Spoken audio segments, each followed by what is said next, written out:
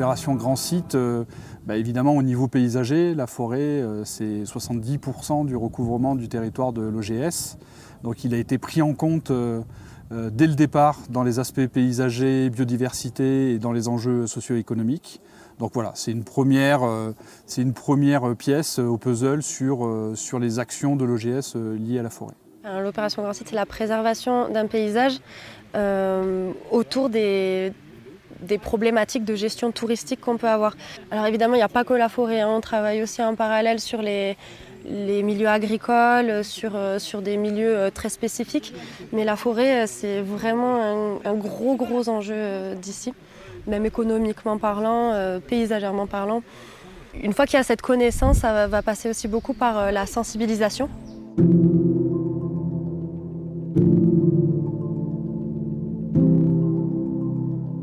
On a beaucoup plus de forêts domaniales, c'est la particularité de l'Ariège. C'est le double de forêts domaniales par rapport à l'échelle régionale.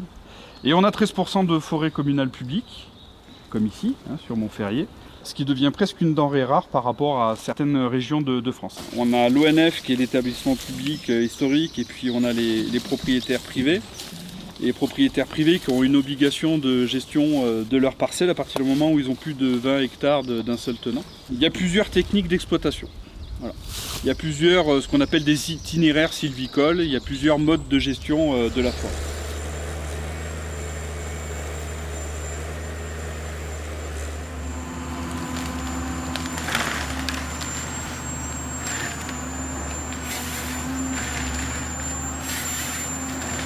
Et bien déjà c'est une coupe à blanc parce que ce sont des épicéas et les épicéas ils commencent à avoir le scolite, donc on rase tout à blanc pour pouvoir replanter une autre essence qui ne chope pas le scolite, le fomès, tout ça. Forcément, comme c'est des monocultures, il n'y a qu'une seule essence, donc tout est touché, ça fait qu'ils coupent tout. Donc après, l'enjeu aussi c'est de ne pas refaire la même erreur et d'éviter l'enrésinement. Et plutôt opter pour des mélanges d'essences en introduisant peut-être des essences plutôt indigènes, adaptées au réchauffement climatique. Et l'idée, c'est d'avoir plusieurs strates pour éviter l'ensoleillement direct.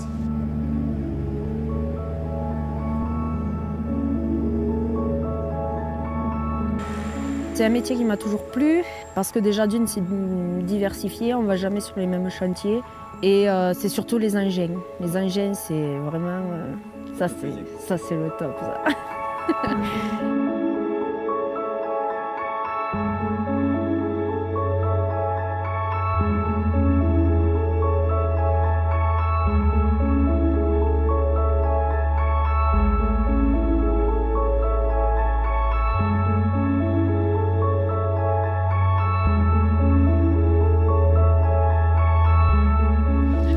Ça, c'est ce qu'on appelle une futée régulière.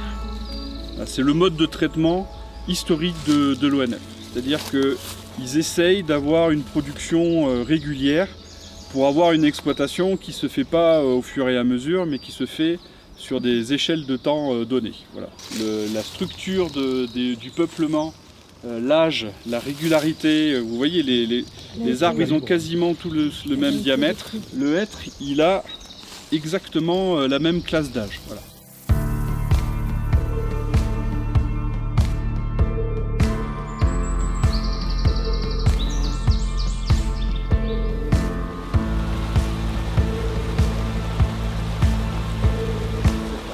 Donc l'irrégulier, c'est une autre conception de la forêt, c'est ce qu'on appelle la futée jardinée aussi, où là justement le choix c'est d'avoir toutes les classes d'âge. Donc des vieux pépères, des jeunes, et voilà, donc on a un massif qui est mosaïqué et qui ressemble un peu plus au fonctionnement naturel d'une forêt. Alors pourquoi ce système? C'est des systèmes qui ont été énormément développés dans les pays de l'Est. Et dans les pays de l'Est, ils ne travaillent pas du tout pareil que la forêt publique. Et qui est un système où constamment ils peuvent aller prélever du bois. Donc ils n'ont pas de temps de latence pour se dire là il va falloir que j'attende un petit peu parce que mon bois il n'est pas assez mature. Donc ils peuvent aller prélever des gros bois selon les besoins sur du bois d'œuvre. Ils peuvent aller prélever du bois pour la trituration, pour l'industrie, mais c'est constant. Et on est sur des rotations qui sont sur des cycles de rotation qui sont beaucoup plus courts.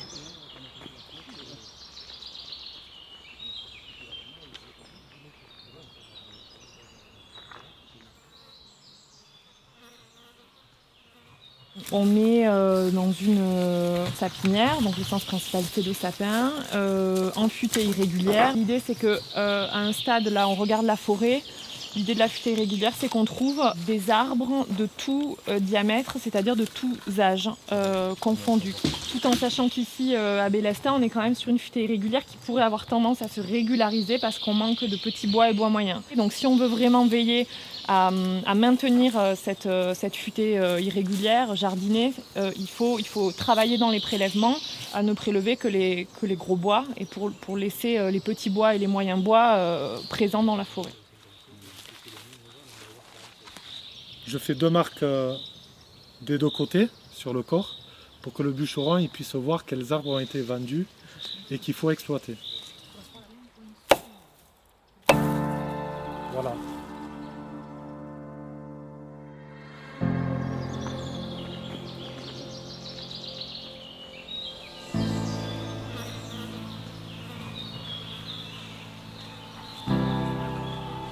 Appelez le contexte ici.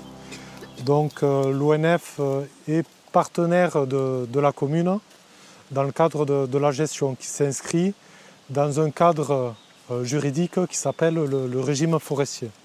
Et c'est dans le code forestier qu'on retrouve toutes les lois à propos des ventes de bois et des réglementations concernant le bois, les bois en France.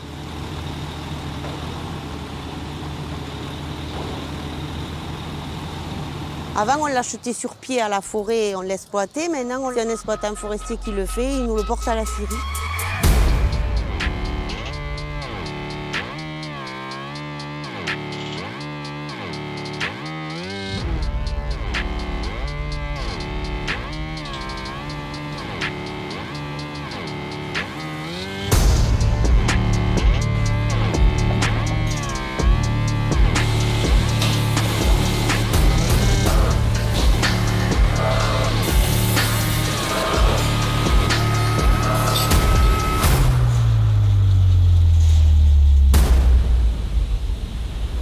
de bois propre à petite serrure. Pour les trains, À votre avis? C'est les poutrelles pour Notre-Dame qu'on a sciées. Il faut le laisser aux intempéries pour qu'il se durcisse, le chêne et tout ça. Aujourd'hui, on est pour la fête de la montagne au GAEC de Peychou, qui est un des utilisateurs des machines de la CUMA.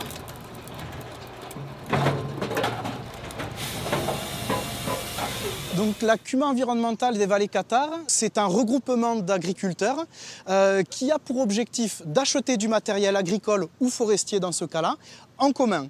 Plutôt que chacun ait sa machine, chacun met la main à la poche pour acheter une machine pour pouvoir l'utiliser et réduire les frais d'utilisation. On a par cet outil la possibilité de valoriser les premières éclaircies pour faire du bois d'œuvre à long terme. Et qui dit première éclaircie dit pas forcément de très forte valorisation de bois comme on pourrait l'avoir en temps normal.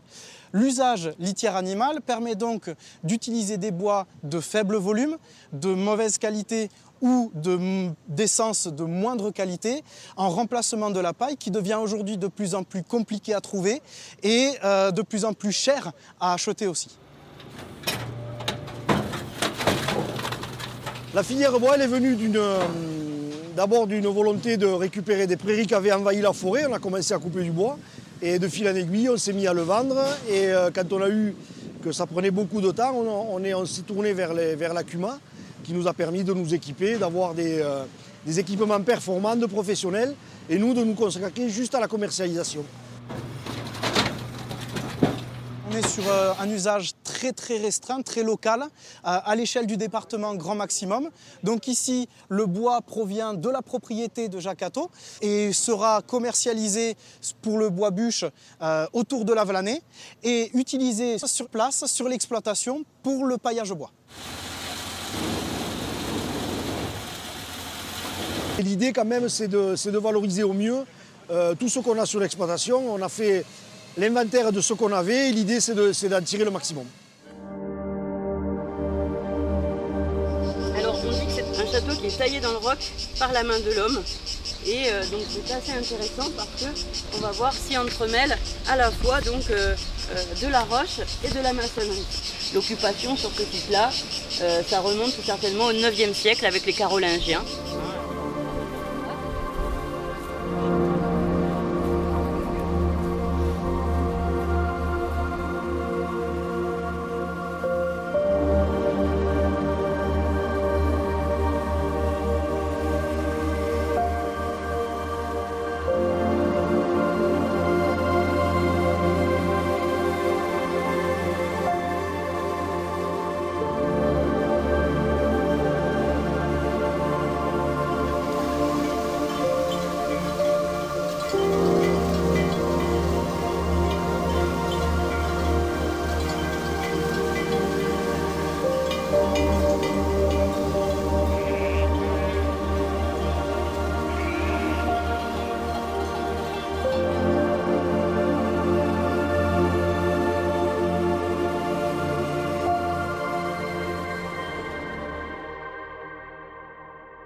La démarche elle a commencé en 2016 et de 2018 à 2020, il y a eu des ateliers du POC, donc c'était des ateliers de concertation avec les habitants pour savoir un petit peu comment ils souhaitaient construire cette opération Grand Site, quelles actions est-ce qui devaient être mises en œuvre.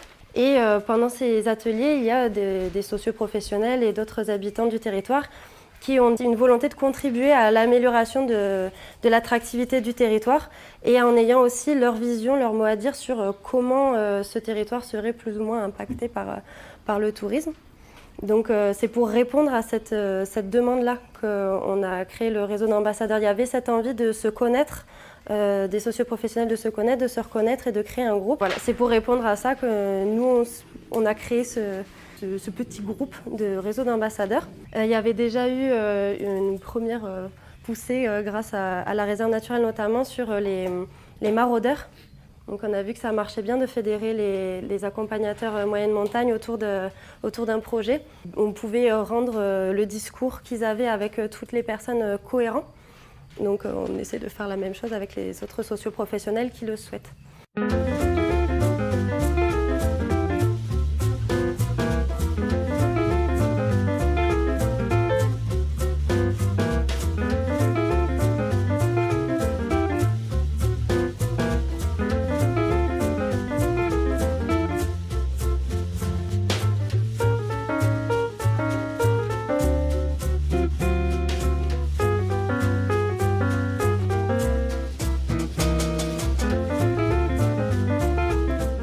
Bon, là, vous avez affaire à une plante donc, qui a des principes amers qu'on appelle donc nous lactuca.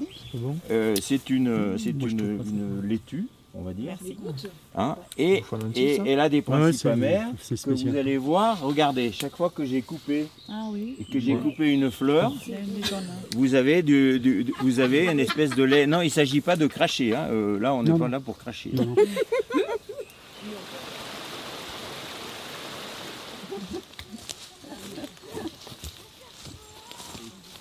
Cordée en forme de cœur. La violette, énorme plante que vous pouvez manger tout le temps.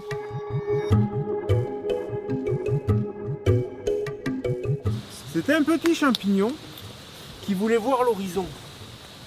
Et dans cette grande forêt, il avait comme solution de choisir un des plus grands êtres et de monter à la cime. Depuis, le petit champignon qu'on voit ici s'est marié avec l'algue et n'en font qu'un. Et c'est pour ça que vous les voyez encore sur les arbres.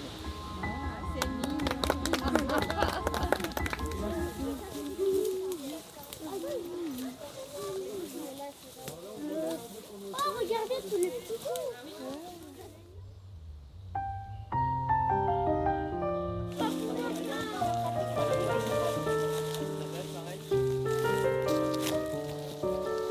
Est-ce que vous connaissez d'autres types de forêts? Oui. Les forêts enneigées, tu veux dire un peu comme ça? Il y a très peu d'arbres, beaucoup de neige. C'est pas du tout comme ici où il y a plein de choses.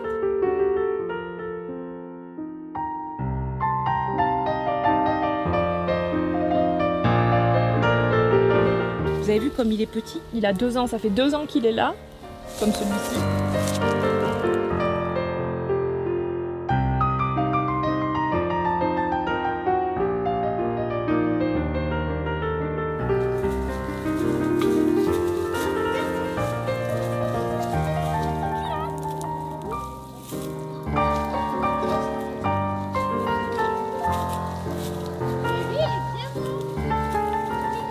Qu'est-ce qu'on a vu ce matin?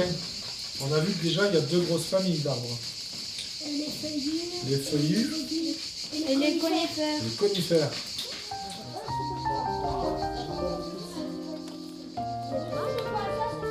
Alors.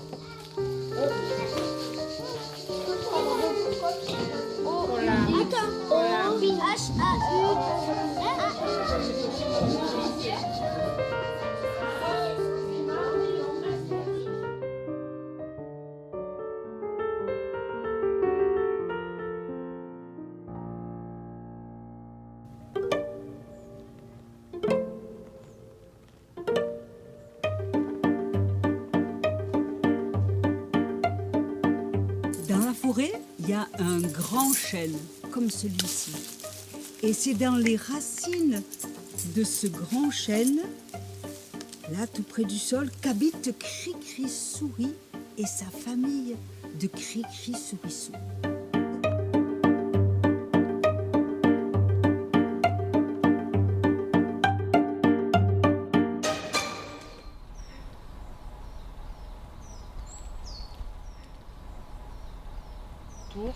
Et pour le retour, on redescendra peut-être par là. Ou si on n'a pas beaucoup de temps et de la motivation, on redescendra par le même chemin. Comment il mangerait sa noisette? Vous verrez des traces de dents, il rognerait.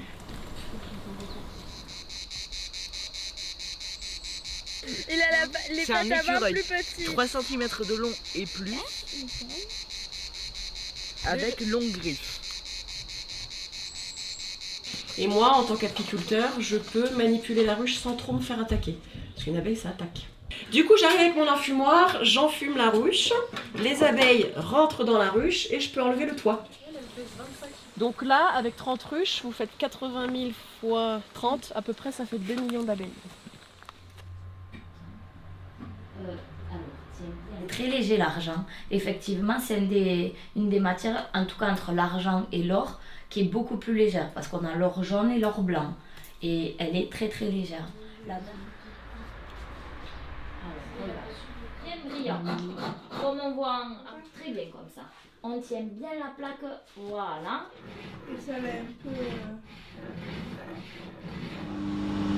Donc là, on montre à la caméra. Attention.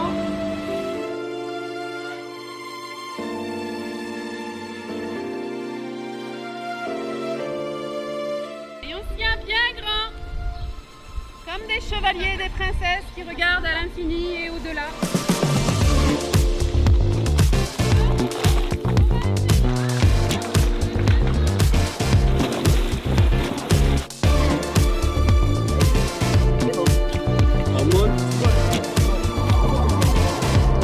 Allez, redresse-toi s'il te plaît. Ok, toi tu vas te mettre un peu.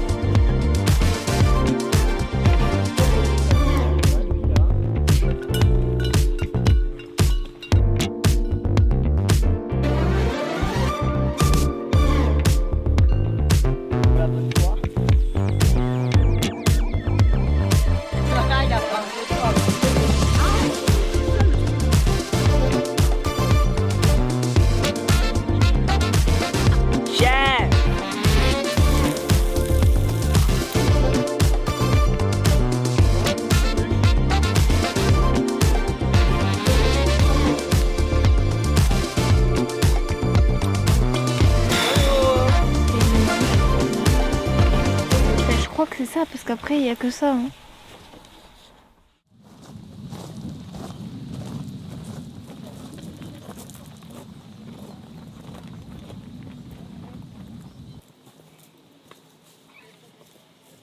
Tout ce qui est bois mort, c'est un super habitat pour toutes ces petites bêtes-là, notamment les coléoptères, parce que les coléoptères, ils ont tendance à pondre dans le bois. Alors, les insectes, quand on les voit, nous, adultes, les 3/4 ne mangent rien.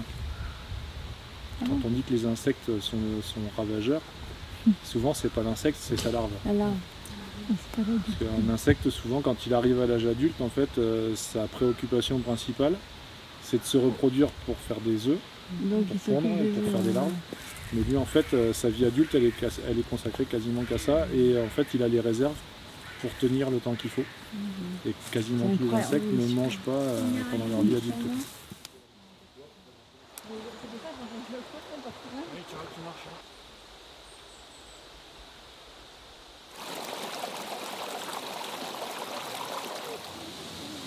Quand tu passes trop près, c'est pas plus pratique.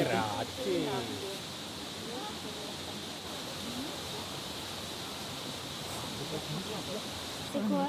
C'est un zygène. Un zygène. Regarde. En principe, je crois qu'il y en a un autre Il là-bas. a la bordure noire, hein. Ouais, mais à l'extérieur du noir. À l'extérieur. À l'extérieur du noir, t'as du blanc. Il y a du blanc, Alors que là.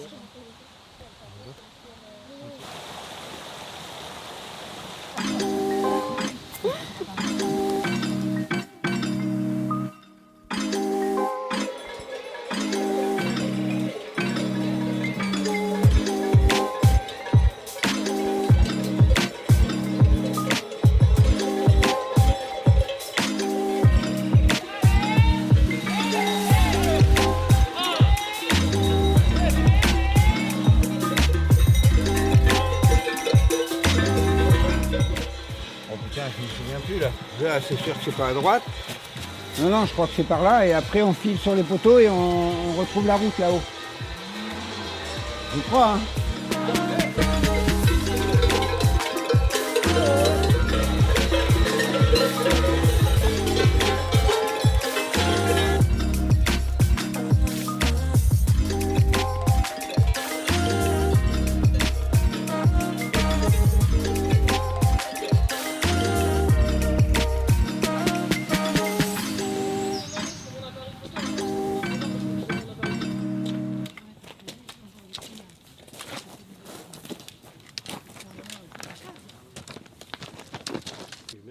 Et même ensuite, s'il a de la place, commence à tourner, vous voyez, de façon... Ces bornes ont été faites à 3 périodes aussi différentes. Parce que de toute façon, le premier bornage de la forêt royale du Basquis s'est fait, avec Louis XIV. Après, on a Louis XV, Louis XVI. Donc il y a possibilité que finalement, au fur et à mesure, même des fois, on a 2 lignes de bornage successifs qui probablement sont... Il y a un premier, un original, qui finalement n'a peut-être pas été suffisamment respecté, ou du moins peut-être que les gens d'ici ont demandé d'avoir un peu plus de terre pour cultiver ou autre, ce qui fait qu'on a préféré en faire un second pour pouvoir laisser quelque peu de terrain.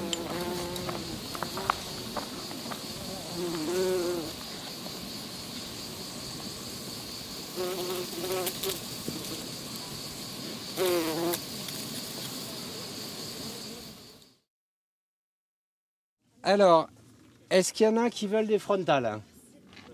S'il y en a besoin, oui. Disons que s'il y en a besoin et que tu l'as pas prise, tu l'auras pas. Oui.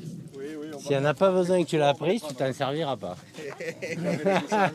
On est dans une écrée presque pure. Alors on voit qu'il y a quand même quelques sapins qui arrivent à pousser de temps en temps. Et c'est la majeure partie de nos forêts pyrénéennes, la hêtraie.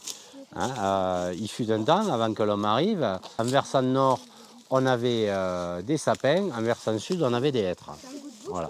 Avec un mélange quand même, mais à dominante d'un côté ou de l'autre. Et puis l'homme est arrivé et l'homme a tout coupé, petit à petit, et assez vite même, en quelques siècles. Et du coup, le hêtre, il a un gros avantage sur le sapin en montagne, parce qu'il ne fait pas ça en plaine, ce qui est assez étonnant. C'est que quand on va avoir coupé, normalement, un hêtre comme ça, à partir de la souche, il va y avoir des rejets qui vont pousser.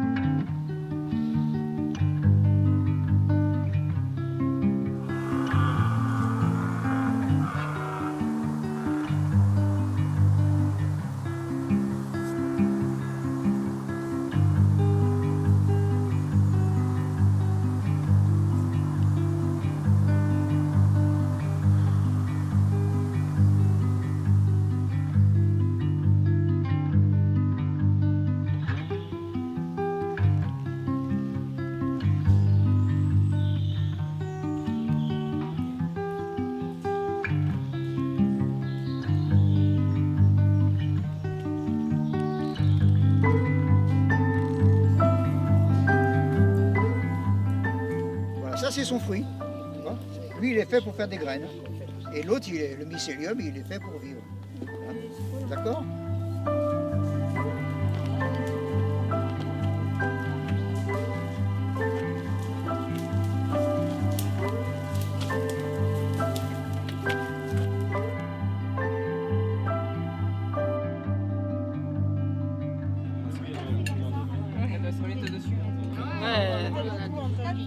Manon elle sait pas cuisiner et Yves il a pas de réchaud. Tout le monde compte sur vous.